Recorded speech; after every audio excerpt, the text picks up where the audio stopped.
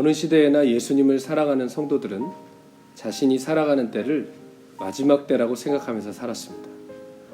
우리는 우리가 사는 지금의 때를 말세 중에 말세라고 생각하지만 실은 50년 전의 성도들, 100년 전, 심지어는 1000년 전 성도들도 자신이 살아가는 때를 마지막 때라고 생각하며 살았습니다. 우리의 신앙에 이 마지막 때라는 이슈는 참으로 중요한 것입니다. 왜냐하면 우리가 사는 삶이 영원하지 않고 주님의 심판과 통치가 가까웠다고 생각하며 사는 것은 우리의 삶을 보다 더 경건하고 진실한 삶으로 이끌어주기 때문이죠.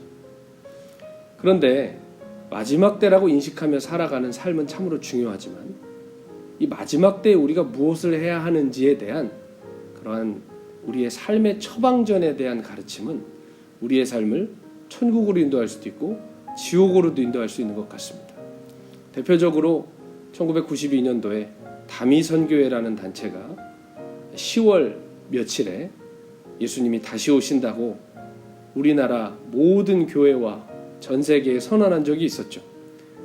그 메시지를 정말 믿었던 사람들은 자신이 가지고 있던 모든 것들을 팔고 직장을 그만두고 학교를 그만두고 극단적인 헌신을 하였습니다.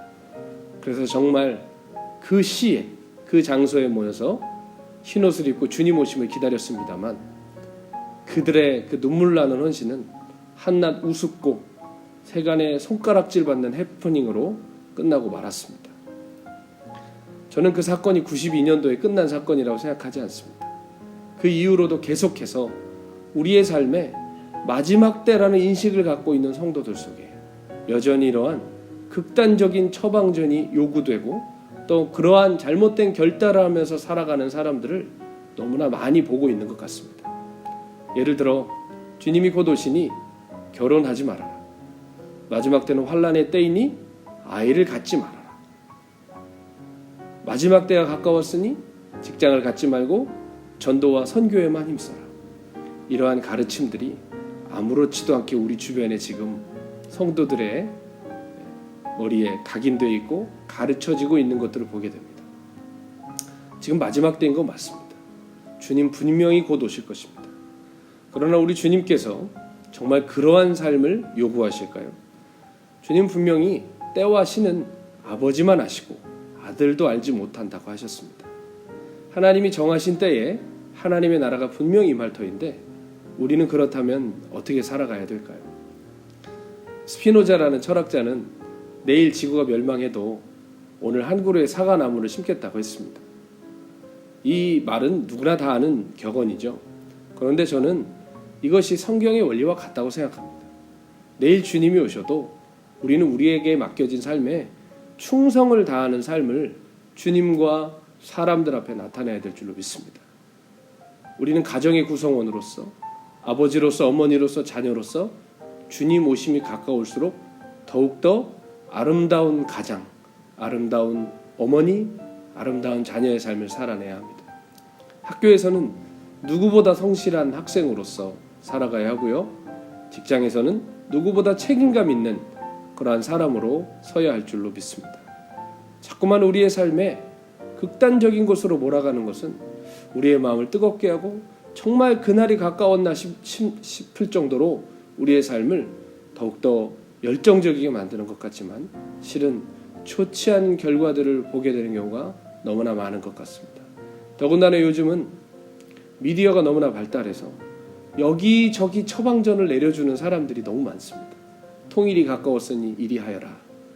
이스라엘이 복음화 될 것이니 이리 하여라. 그런 말이 얼마나 우리의 가슴들을 뜨겁게 하는지 너무나 성큼성큼 큰 결단과 헌신을 내리는 분들을 보게 됩니다. 그러나 주님이 정말 원하시는 삶이 그것인지 우리는 우리의 삶을 잘 돌아보아야 할 줄로 믿습니다.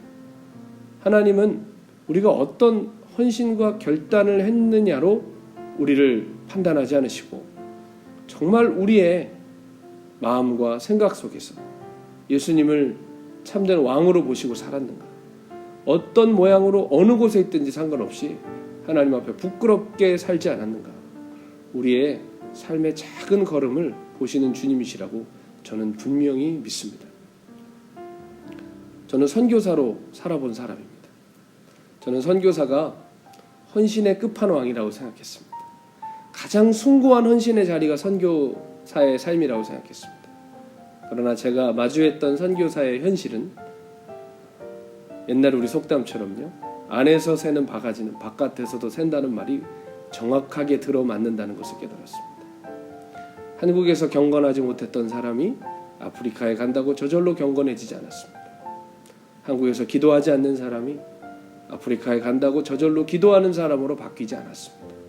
여기서 살던 모습 그대로 가서 사는 저의 부끄러운 모습을 발견하게 되었습니다.